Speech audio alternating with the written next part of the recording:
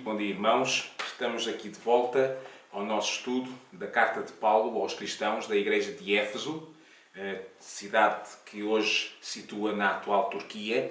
Este é o quinto vídeo das lições da nossa escola bíblica e hoje vamos estar então a estudar a 13ª lição.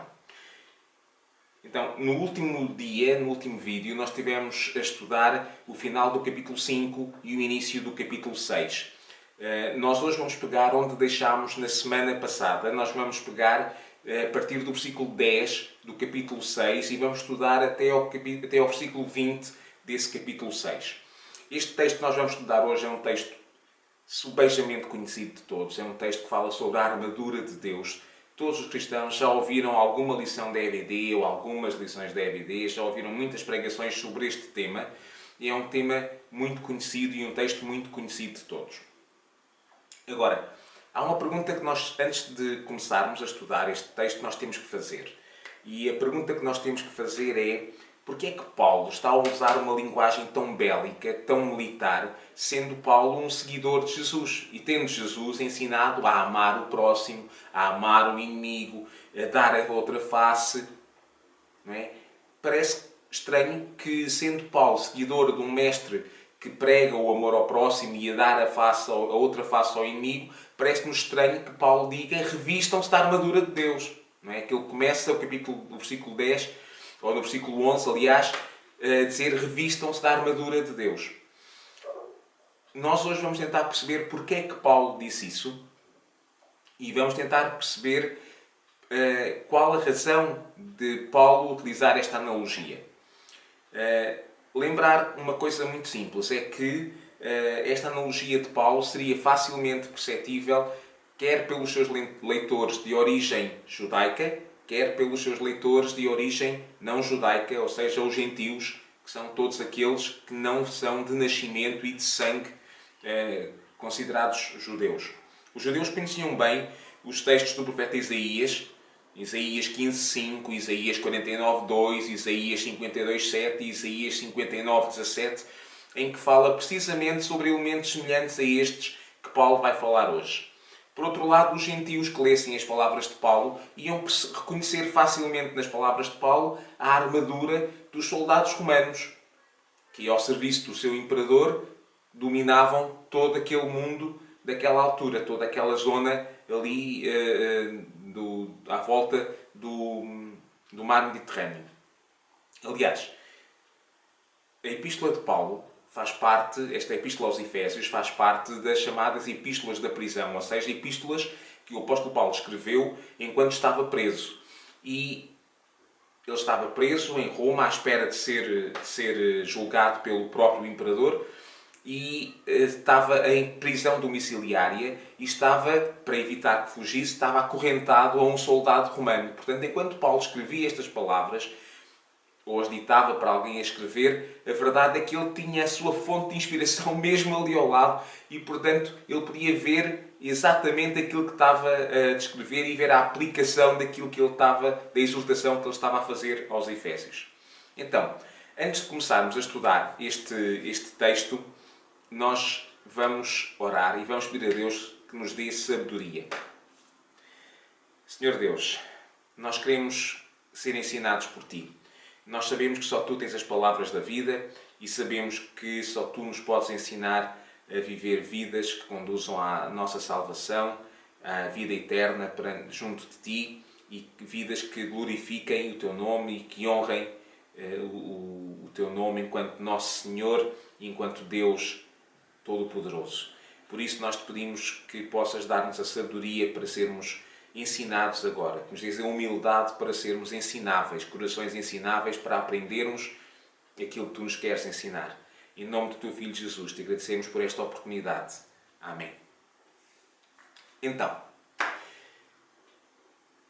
para respondermos às duas questões que nós falávamos há pouco, o porquê e o para quê de Paulo falar sobre a armadura de Deus, nós vamos, para sabermos o porquê e para respondermos a essas perguntas, nós vamos ter que ter alguns pressupostos e ver quais são as bases bíblicas para conseguirmos responder a essas perguntas.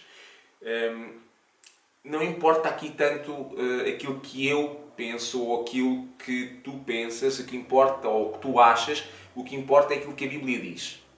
Se queremos ter confiança naquilo que estamos a descobrir e que estamos a aprender, então temos que ter a certeza de qual é a fonte. E a fonte, uma fonte que seja o Daniel, ou que seja outro irmão, ou outro pastor, pode não ser digna de toda a confiança. Mas a palavra de Deus, essa é a nossa única regra de fé e prática, essa é de certeza digna de confiança. E por isso nós vamos ver as bases bíblicas para chegarmos a estas conclusões. Então, como eu dizia, nós vamos ter que ter em mente três pressupostos muito básicos. Primeiro pressuposto, estamos em guerra. Primeiro pressuposto, estamos em guerra. O apóstolo Paulo diz, revistam-se da armadura de Deus, diz ele no versículo 11 e 12 do capítulo 6, revistam-se da armadura de Deus, só assim poderão resistir aos enganos do diabo, pois não é contra seres humanos que temos de combater, mas contra poderes e autoridades que dominam este mundo de escuridão e contra os espíritos do mal que não se veem. Ou seja, nós estamos em guerra, estamos envolvidos numa guerra, a diferença é que nós não conseguimos ver, com os nossos olhos físicos e carnais, não conseguimos ver os nossos inimigos. E por isso, muitas vezes somos tentados a pensar que não estamos em guerra e a esquecer do que é viver em guerra. Mas nós vivemos uma guerra espiritual, diariamente, 24 horas por dia, 7 dias por semana, 365 dias por ano. Então, pressuposto 2. Se estamos em guerra, temos um inimigo. Qual é o inimigo? O apóstolo Paulo, novamente, Efésios 6, 11 e 12. Revistam-se da armadura de Deus, só assim poderão resistir aos enganos do diabo, pois não é contra seres humanos que temos de combater, mas contra poderes e autoridades que dominam este mundo de escuridão e contra os espíritos do mal que não se veem.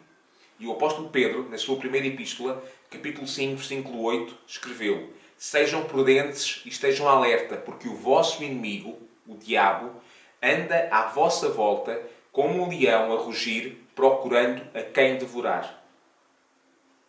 O inimigo está identificado. Terceiro pressuposto, o nosso inimigo é implacável. É implacável. Ele procura a nossa destruição e a nossa morte. Em última análise, a nossa morte espiritual, através de nos impedir de vivermos uma vida eterna no céu, junto ao nosso Senhor e Salvador Jesus Cristo, mas também, e eventualmente também, a nossa morte física, através da destruição daquilo que é a criação do Senhor Deus. Já lemos 1 de Pedro 5,8, que o nosso inimigo, o diabo, ele anda à volta como um leão, à nossa volta, anda como um leão à nossa volta, procurando quem devorar. E lembramos as palavras do Senhor Jesus em João 10:10, que diz: o ladrão não vem senão para roubar, matar e destruir. Portanto, estamos em guerra, o nosso inimigo está identificado e ele é implacável. Agora, que resposta é que nós vamos dar sabendo isto? Que resposta é que nós, como cristãos, vamos dar se sabemos como é que é o nosso inimigo e o que é que ele faz?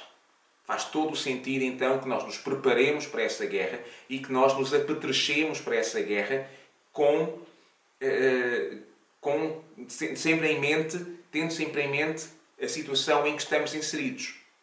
Certamente nós não achávamos normal que se hoje, em 2020, um soldado fosse enviado para um campo de batalha, ele fosse equipado da mesma forma que nós nos equipamos quando vamos fazer um piquenique.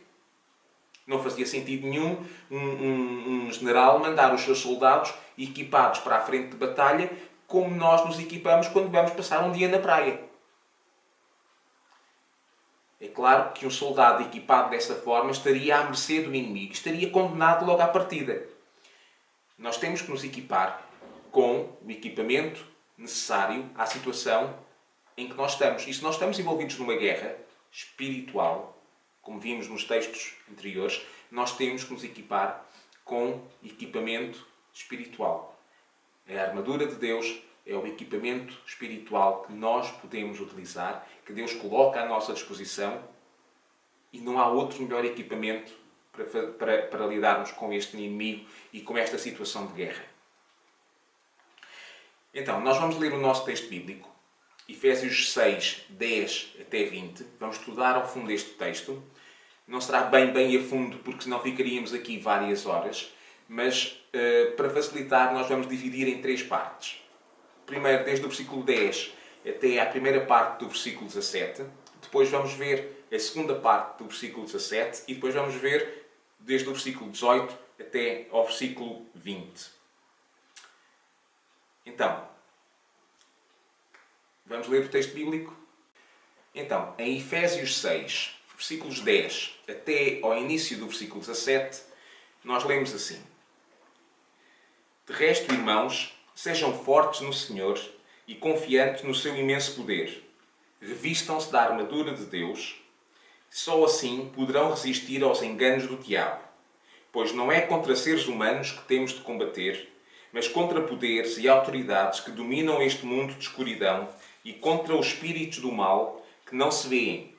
Sirvam-se, por isso, das armas que Deus vos oferece para poderem resistir naquele dia difícil e para poderem ficar de pé, depois de terem vencido todos os inimigos. Estejam preparados. Usem a verdade como um cinto bem apertado e a justiça como armadura.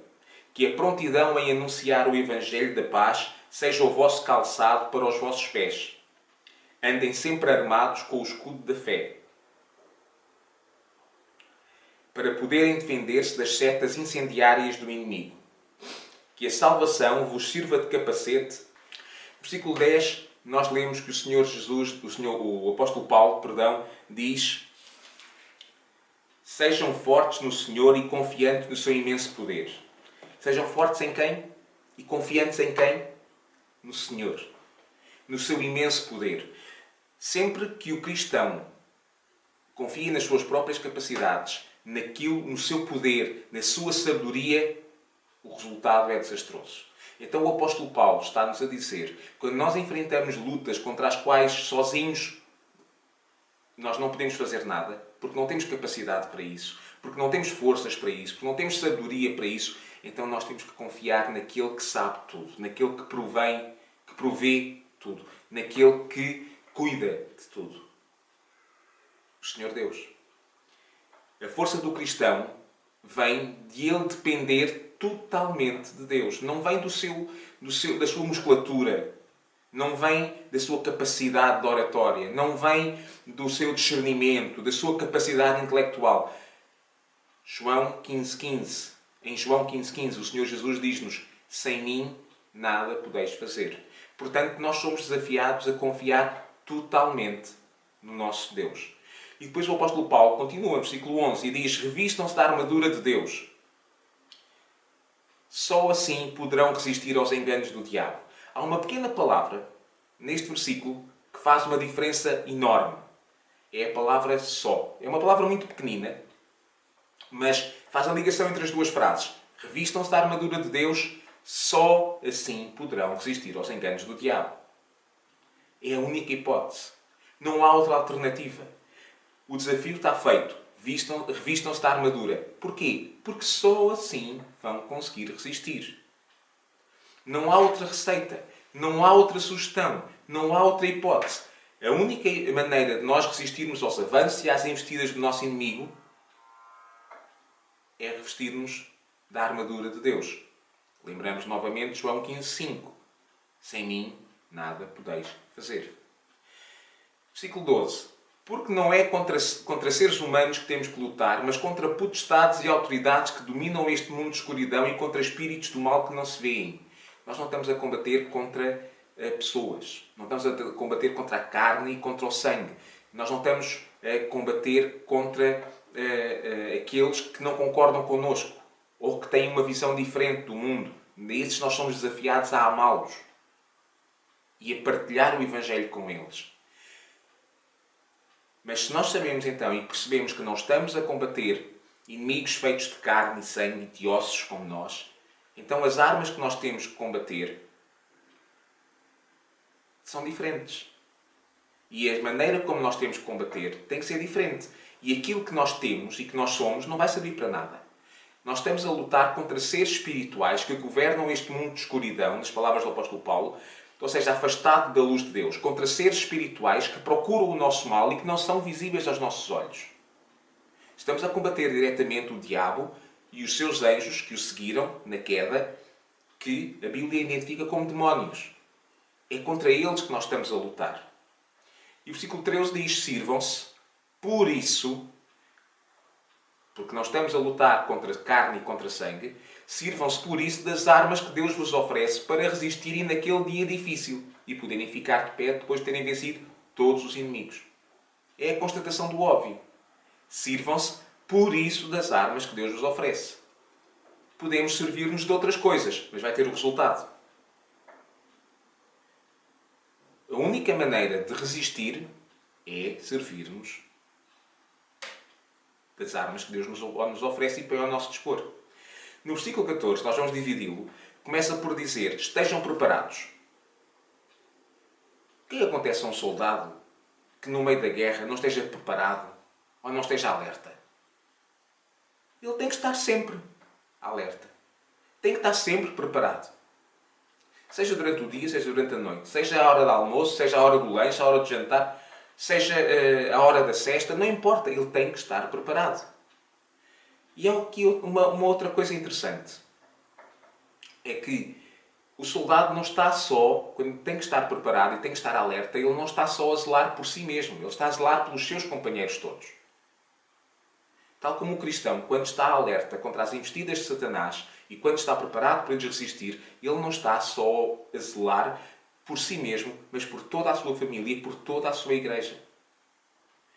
Em qualquer quartel, em qualquer aquartelamento, em qualquer acampamento militar, há sempre quem fique de vigia. Qual é a intenção? Ver se o inimigo se aproxima para poder responder, para poder estar preparado para resistir.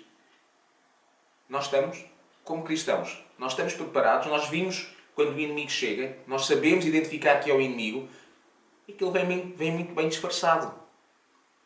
Diz-nos a Bíblia que ele se disfarça até de anjos de luz. E nós percebemos a diferença? Ou estamos tão distraídos com os afazeres deste mundo que não damos conta que o inimigo se aproxima? Quando o vigia não dá conta que o inimigo se aproxima, o que é que acontece ao vigia? O que é que acontece aos colegas e aos amigos e aos companheiros do vigia? Tu tens a responsabilidade por ti e tens a responsabilidade também de cuidar e de zelar espiritualmente pela igreja à qual tu pertences. Eu tenho essa responsabilidade de zelar pelos meus amigos, pela comunidade, igreja à qual eu pertenço. E por isso eu tenho que estar alerta e tenho que estar preparado. E continua o versículo 14. Usem a verdade como um cinto bem apertado e a justiça como armadura. Noutras traduções falam em couraça. Estão aqui as duas primeiras partes, as duas primeiras peças da armadura. O cinto e a couraça. Para que é que servia o cinto? O cinto servia para uma coisa muito simples. Como o soldado estava vestido com várias peças de roupa e algumas eram largas, porque não eram feitas à medida para o corpo do soldado, eram modelos universais, vamos chamar assim, e largos, então o soldado que pudesse estar a lutar com aquelas roupas largas podia ficar com os seus movimentos presos ou limitados. E então, para evitar isso, tinha que pôr um cinto para prender as suas roupas, para que as suas roupas o protegessem em vez de o limitar. Para que as suas roupas não fossem um empecilho para ele. Nós também temos que nos desfazer de tudo o que seja um empecilho para nós cumprirmos a nossa missão. Hábitos, hobbies, gostos, projetos pessoais, muitas vezes, ambições pessoais, pecados que nós continuamos a deixar presentes na nossa vida, que nós às vezes chamamos os tais pecados de estimação. Tudo isso tem que ser posto de lado, porque tudo isso nos atrapalha na nossa missão. Tudo isso tem que ser controlado. Caso contrário, nós vamos ficar limitados nesta guerra. E para que é que servia a couraça? A couraça servia para proteger o tronco. Esta zona aqui, entre a cintura e o pescoço. O soldado podia ser atingido em várias partes do corpo. O soldado podia ser atingido nas pernas, nos braços, nas mãos. Mas se fosse atingido no tronco, dada a concentração de órgãos vitais, aqui era muito complicado. Além disso, a couraça protegia os órgãos vitais e protegia um órgão mais importante, o coração. O cristão também deve proteger o seu coração. Porquê? Porque se não proteger o seu coração, ele vai dar espaço para que sentimentos, ideias, projetos, ambições cresçam que sejam contrários à sua missão e contrários àquilo que Deus pede de nós. Nós temos que proteger o nosso coração com a justiça. A justiça de Deus. Não a nossa, mas a justiça de Deus. Quando em várias passagens da Bíblia nós lemos que Deus considerou este ou aquele, como lemos em Hebreus, na galeria dos heróis da fé, dizemos que era justo, ou que esta pessoa, este personagem era justo aos olhos de Deus. É essa justiça que nós temos que pôr no nosso coração. É com essa justiça que nós temos que proteger o nosso coração. Não a justiça aos olhos do mundo, não a justiça aos nossos olhos, mas aos olhos de Deus. Versículo 15. Que a prontidão em anunciar o Evangelho da paz seja como o calçado para os vossos pés. O calçado de um soldado é importantíssimo. É por isso que as chamadas botas da tropa são tão resistentes e são muitas vezes muito desconfortáveis para andar no dia a dia. Porquê? Porque são feitas para resistir, para dar apoio, para dar sustentação. Não são feitas como uma peça de moda, uma peça de design. Não são feitas para estar bonitas, não são feitas para desporto. O calçado do soldado é o que lhe permite continuar a avançar. E para o cristão, o que permite continuar a avançar e sustentar-se firme é o Evangelho da paz. Se Evangelho quer dizer boa notícia, então o que é que quer dizer Evangelho da paz? O Evangelho é a boa notícia que nós, através do Evangelho, temos paz com Deus. Em Colossenses 1, 21 e 22 nós lemos: antes estavam longe de Deus e eram seus inimigos, por causa do mal que praticavam. Mas agora, por meio da morte do seu Filho, Deus reconciliou-vos consigo mesmo para vos colocar na sua presença, santos, dignos e sem culpa. Agora há paz entre nós. O que nos faz avançar é a certeza de estarmos reconciliados com Deus, do seu amor por nós e do facto das suas misericórdias se renovarem todos os dias. Só por isso é que nós não somos consumidos. Se não fosse assim, nós não teríamos razão para avançar. Nós não teríamos razão para nos mantermos firmes, se não tivéssemos esta certeza. Versículo 16. Andem sempre armados com o escudo da fé para poderem defender-se das setas inflamadas, incendiárias do inimigo. Quando o inimigo atacava o soldado, ele podia defender-se escondendo-se atrás do escudo. E este escudo que o apóstolo Paulo está a falar não é aquele escudo mais pequeno e muito leve que os soldados podiam utilizar. É o escudo dos soldados romanos, que normalmente tinham 1,5 m, pelo menos 1,5 m de altura. Era feito de 2 camadas de madeira e reforçado no centro e nas bordas com metal. Peço desculpa. Era esse escudo que podia resistir aos dardos inflamados do inimigo. E aquilo que o apóstolo Paulo diz é que esse escudo deve ser a nossa fé. Quando a dúvida vem, quando o temor vem, quando o medo vem, quando a insegurança vem, quando a dúvida vem, nós podemos proteger-nos com o escudo da fé. Porquê? Hebreus 11, 1. Porque a fé é a certeza das coisas que se esperam e a garantia das coisas que não se veem. Eu não preciso estar a ver para acreditar. Por isso, quando a dúvida vem, quando o medo vem, eu agarro-me àquilo em que eu acredito. Eu protejo-me com aquilo em que eu acredito. E sustenho-me, seguro-me naquilo em que eu acredito. Por isso o apóstolo Paulo diz: andem sempre com o escudo da fé para poderem defender-se das setas incendiárias do inimigo. Versículo 17. Que a salvação vos sirva de capacete. Um dos muitos erros da apreciação da fé cristã é dizer-se ou pensar-se que a fé cristã é apenas uma emoção. Muitas vezes até é feita uma distinção entre fé e razão, entre fé e ciência, como se os crentes, por abraçarem a fé, tivessem posto de lado o uso da sua racionalidade ou tivessem abdicado de pensar e de raciocinar. Isto está errado. Não pode ser nada mais afastado da verdade. Lembramos, 1 de Pedro, primeira epístola do apóstolo Pedro, capítulo 3, versículos 15 e 16. E lemos assim: Nos vossos corações honrem a Cristo como Senhor. Estejam sempre preparados para responder a todos os que vos interrogarem acerca da esperança que vocês têm. Mas façam-no com gentileza e respeito, tendo a consciência tranquila. Desse modo serão confundidos os que dizem mal do vosso procedimento de acordo com a fé em Cristo, mesmo naquilo em que vos acusarem. As palavras de Pedro implicam que a nossa fé cristã não é apenas e não pode ser apenas um sentimento e emoção. Tem que ser emoção e sentimento, razão e pensamento. Tem que ser tudo junto. O cristão tem que saber aquilo em que crê, tem que perceber aquilo em que crê, porque crê nisto e porque não crê naquilo, e tem que saber explicar aquilo em que crê. Tem que saber explicar a sua vida, as suas decisões. E elas têm que ser moldadas por esta nova vida de Cristo e do Evangelho. Por isso, o capacete do soldado não podia ser outro. O capacete do soldado cristão não podia ser outro que não o capacete da salvação. Ponto 2. Vamos ver então a segunda parte do versículo 17. Diz assim: E combatam com a espada do Espírito, que é a palavra de Deus. Esta parte da armadura de Deus é muito diferente daquelas que são apresentadas anteriormente.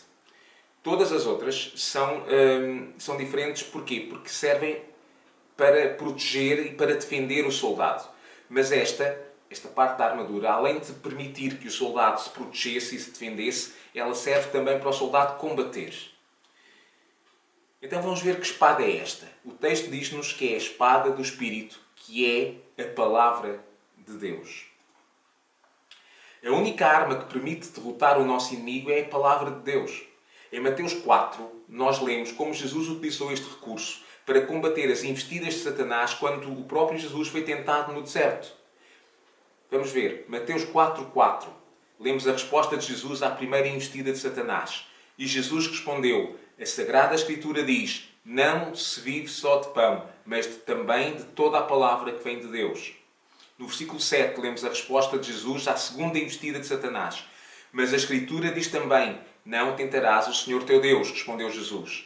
E no versículo 10 lemos também a resposta de Jesus à terceira investida de Satanás. Diz assim: E respondeu Jesus: Vai-te, Satanás, a Escritura diz: Adorarás ao Senhor teu Deus e só a Ele prestarás culto. Faça todas as investidas de Satanás, todas as tentações que Satanás pôs a Jesus, pôs à frente de Jesus para ele ceder. Todas as dissimulações, todas as mentiras, todos os enganos, Jesus respondeu sempre com a palavra de Deus. E qual foi o resultado? Lemos no versículo 11. Então o diabo deixou-o e aproximaram-se alguns anjos e começaram a servi-lo. Exatamente aquilo que diz o apóstolo Tiago, em Tiago 4:7. Sejam submissos a Deus, resistam ao diabo e ele fugirá de vós. A única hipótese disto acontecer é através da utilização da arma chamada espada da palavra de Deus. E só vamos conseguir utilizar esta arma quando a conhecermos. Se nos colocarem uma arma na mão que nós nunca utilizamos, vamos ser eficazes no uso dessa arma. Se nos colocarem uma arma na mão que nós não sabemos como é que funciona, vamos ser eficazes no uso dessa arma. Nós temos que familiarizarmos com essa arma. Nós temos que familiarizarmos como cristãos com a palavra de Deus, conhecer a palavra de Deus. Como é que acham que Jesus podia ter respondido tão certeiramente às palavras do diabo se ele não conhecesse o texto bíblico? Se eu não conhecer o texto bíblico, como é que eu posso responder? Precisamos conhecer o texto bíblico. Como é que o vamos conhecer? Lendo. Diariamente. 1, 2 vezes, o tempo que for preciso. Há planos de leitura de Bíblia. Há tantos recursos para nos ajudar neste aspecto. Se têm dificuldade em encontrar recursos que nos possam ajudar, podem falar comigo. podem deixar um comentário aqui no texto, podem falar com o pastor Paulo no Facebook da igreja ou comigo, ou deixar uma mensagem no Facebook da igreja. Muitos de vocês têm o meu contacto pessoal. Falem connosco. Perguntem. Há muitos recursos que Deus coloca à nossa frente e coloca à nossa disposição para nós podermos utilizar. Ponto 3. Vamos então ler agora desde o versículo 18 até ao versículo 20. Só relembrando que no primeiro ponto nós vimos então quais são as razões e quais são as partes da armadura de Deus.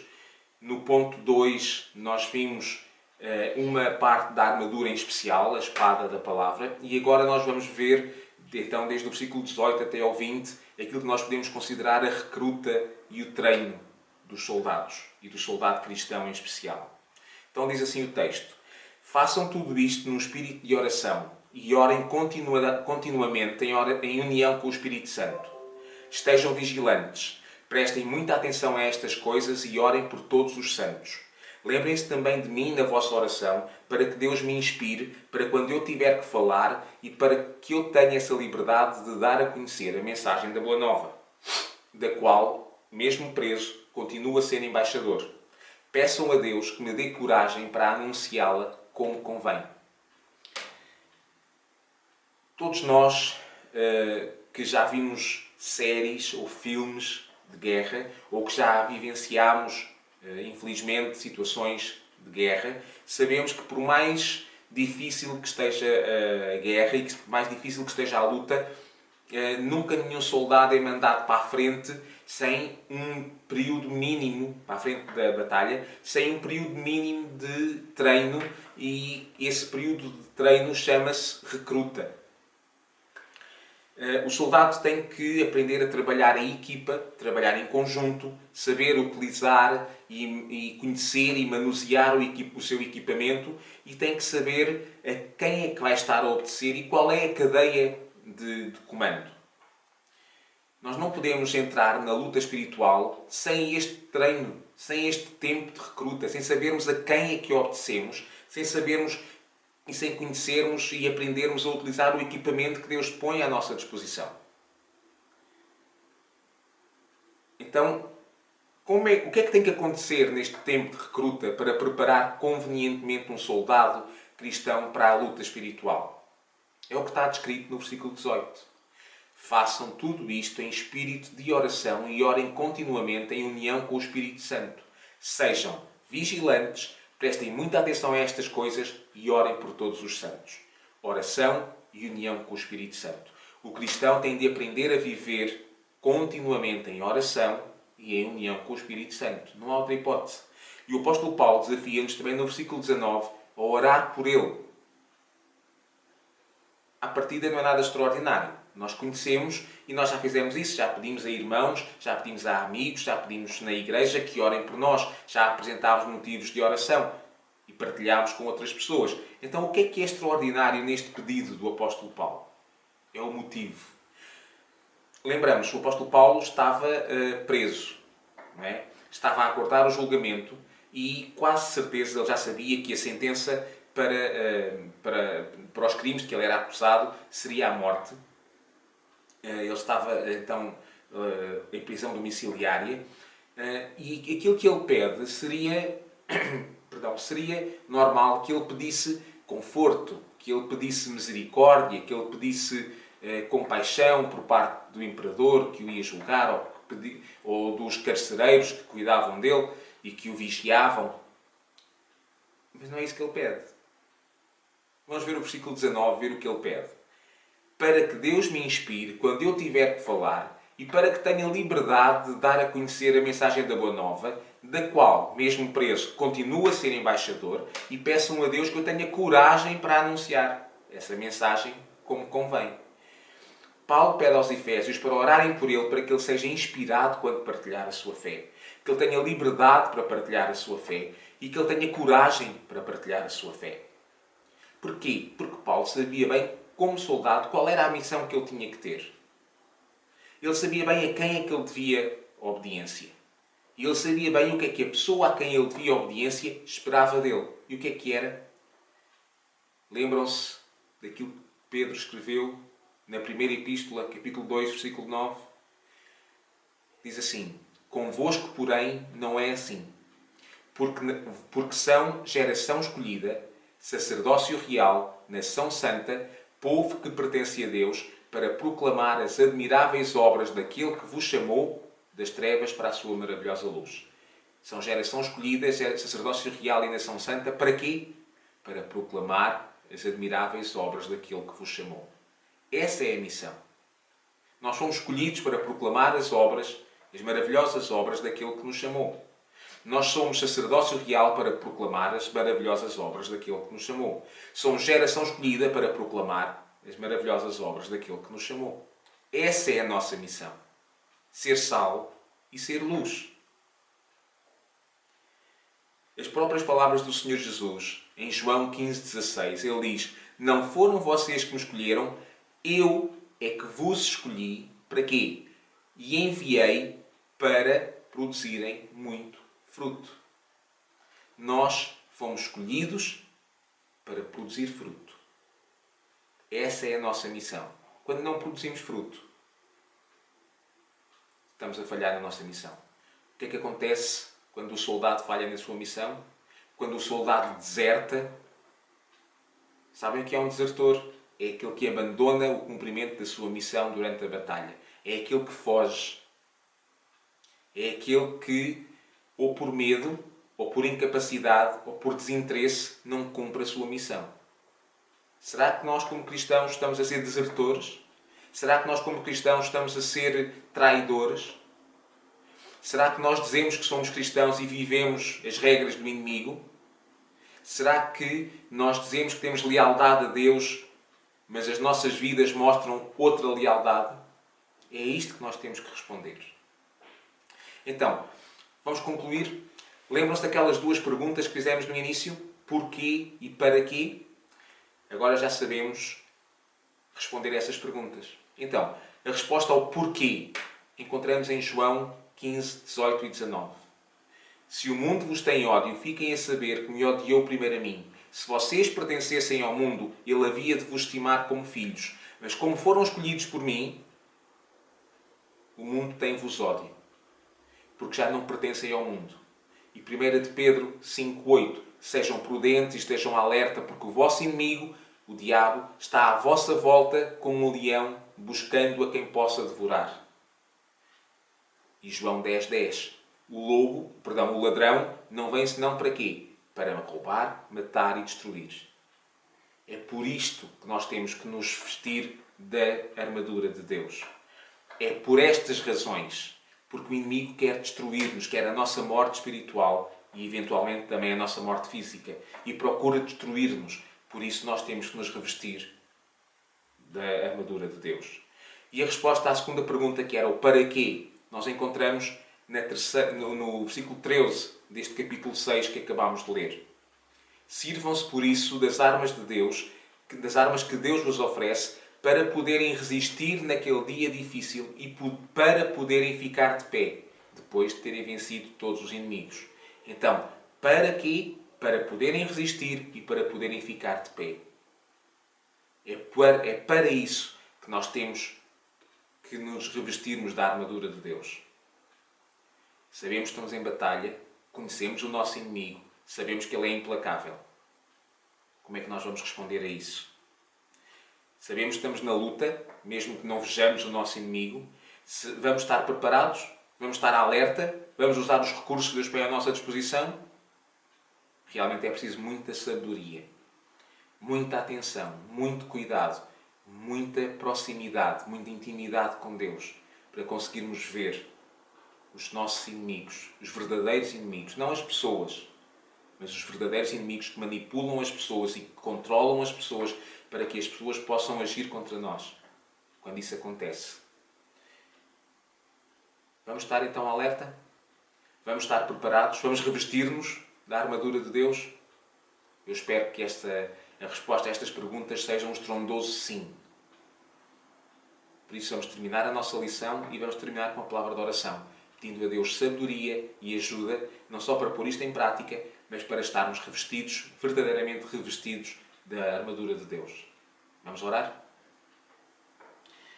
Senhor Deus, agradecemos-te por este dia, agradecemos-te por este momento e agradecemos-te por este ensino. Pedimos-te que nos dês sabedoria para pôr em prática. Nós não queremos ser apenas conhecedores, mas nós queremos pôr em prática nas nossas vidas tudo aquilo que tu nos tens dito, para que nós possamos ser teus soldados, teus fiéis trabalhadores, para que quando tu vieres julgar a terra, tu possas olhar para nós e que nos possas dizer: bem está, servo bom e fiel, entra no gozo do teu Senhor. Nós queremos passar a nossa eternidade contigo, louvando e bendizendo o teu nome. Dá-nos a sabedoria, a coragem e as forças para podermos resistir aos nossos inimigos. Dá-nos a sabedoria, a coragem e as forças para podermos encontrar e discernir quem são os nossos verdadeiros inimigos. E usa-nos na batalha, ó Deus, não para cumprir o nosso propósito, mas para cumprir o teu propósito e os teus planos para este mundo. Em nome do teu Filho Jesus. Amém. Irmãos, voltaremos a ver-nos na próxima semana. Já não vamos estar a continuar a estudar Efésios, vamos passar a estudar Números e Deuteronômio. Vai ser esta revista que nós vamos utilizar. Vamos passar então a Números e Deuteronômio, no Velho Testamento. Deus vos abençoe.